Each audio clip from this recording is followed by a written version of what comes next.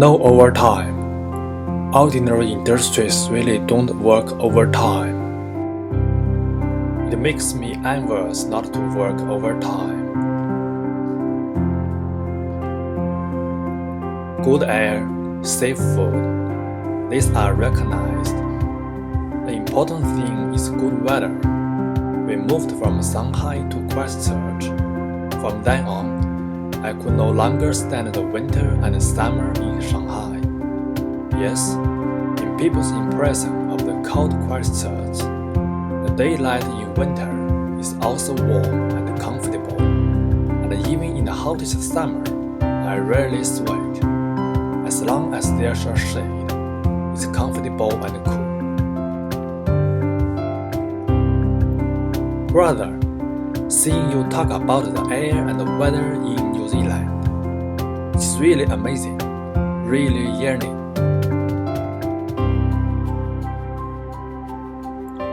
Will it be boring? I was extremely bored in a New Zealand town, and I had to cook every day.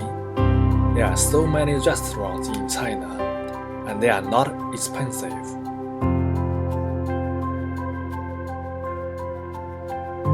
Think about me in Invercargill. I really feel that China is heaven.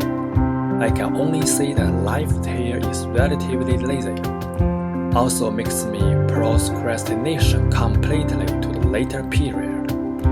Sometimes, I really miss the busy but hard-working life in China. It can keep people striving actively.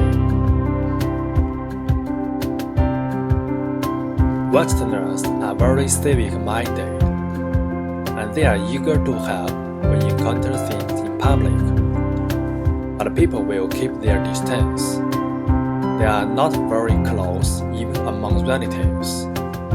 The Chinese are relatively indifferent to strangers, but very enthusiastic about acquaintances, very close to each other. New Zealanders' sense of service is not good enough.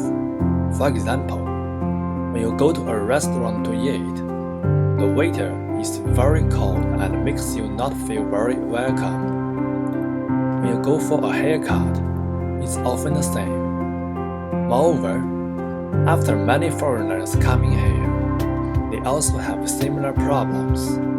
For example, the waiters or waitresses of most Chinese restaurants in NZ are also not very enthusiastic. I worked for the largest retailer in New Zealand, mainly exporting products made in China to New Zealand. When I set a price, I felt that their prices were really high. Labor costs are too expensive. Although the salary is not high, the minimum wage is much higher than that of China. In China, I hire someone to clean my house once a week. 70 RMB for 3 hours. It costs 60 NZ dollar to work in New Zealand for 3 hours. Life is really much easier than in China. New Zealanders like to DIY. What's the reason? It's not that the hands-on ability is better than the Chinese. The fundamental reason is that the price of labor is too expensive. Hands-on ability? The reality is labor is expensive. The older generation of Chinese people really have many skills. All the water, electricity, and woodworkers at home, they can do by themselves. And for our generation, anyone who can cook can become the standard of a good man. I quite like doing it myself. Of course, the premise of repairing a car is to have a garage. In fact, in some aspects, is more convenient in China than abroad, such as Taobao. For example, labor can be found at any time, and it's not expensive. When I was abroad, it cost more than $10 to buy a bathroom mat, and it was ugly. So I started to consider Taobao, 9.9 RMB with free shipping. I really don't want to spend $10 to buy an ugly pen and have to run errands by myself. But in NZ, social honesty and credit index is high. It's a shame to lie and cheat. Relatively speaking, it's much more worry-free than domestic. Each has its pros and cons. No place on earth is heaven. I'm living overseas. To be honest, after I came out, I think the big cities in China are indeed pretty good and very convenient. But when you adjust to life overseas, you still feel that the quality of life overseas is better. Although there is no Taobao, many local online stores can also buy good quality and cheap things. T-shirts in some stores are only $12. The cost of housing and education is about the same as that of Beijing and Shanghai. The Chinese who are able to immigrate to New Zealand are actually an elite class in China, at least the middle class. If you feel that the service is poor in foreign countries, it's because the labor cost of foreigners is very high, even if they are engaged in the lowest level of labor. They are guaranteed social insurance. The development of various domestic service industries is due to the large population. Competitive price is high, manpower is worthless, so you can feel cheap and convenient. But if you are a person in these service industries, such as community security, courier, waiter, cleaning, etc., you won't feel good. So after all, the ends inside the hand.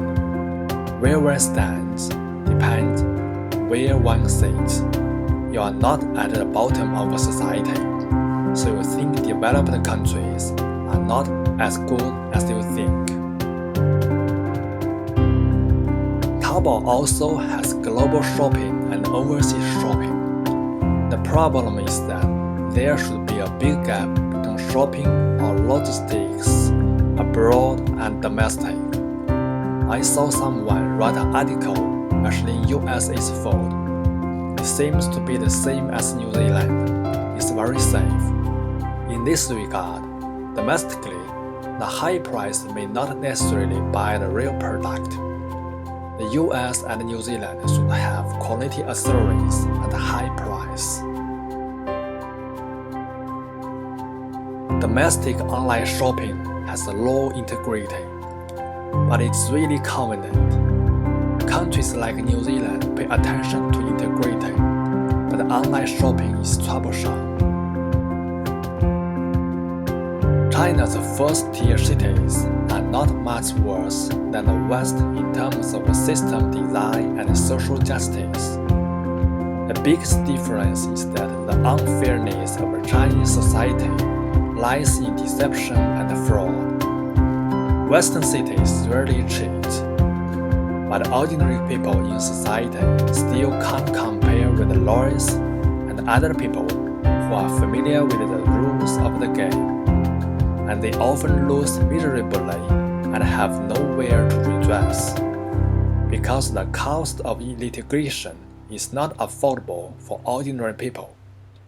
And when an individual faces a company with a legal adversary team, it's often a loser. You should think in this way. You went to New Zealand 5 years ago and come back now. During these 5 years, how much progress has been made domestically in your industry? How much do you grow? How much change are around you? Can you adapt to the domestic pace? The world is so big, I want to say. There are so many Chinese people, and there are so many people who want to see the world. The more they say, the better they understand and tolerate society.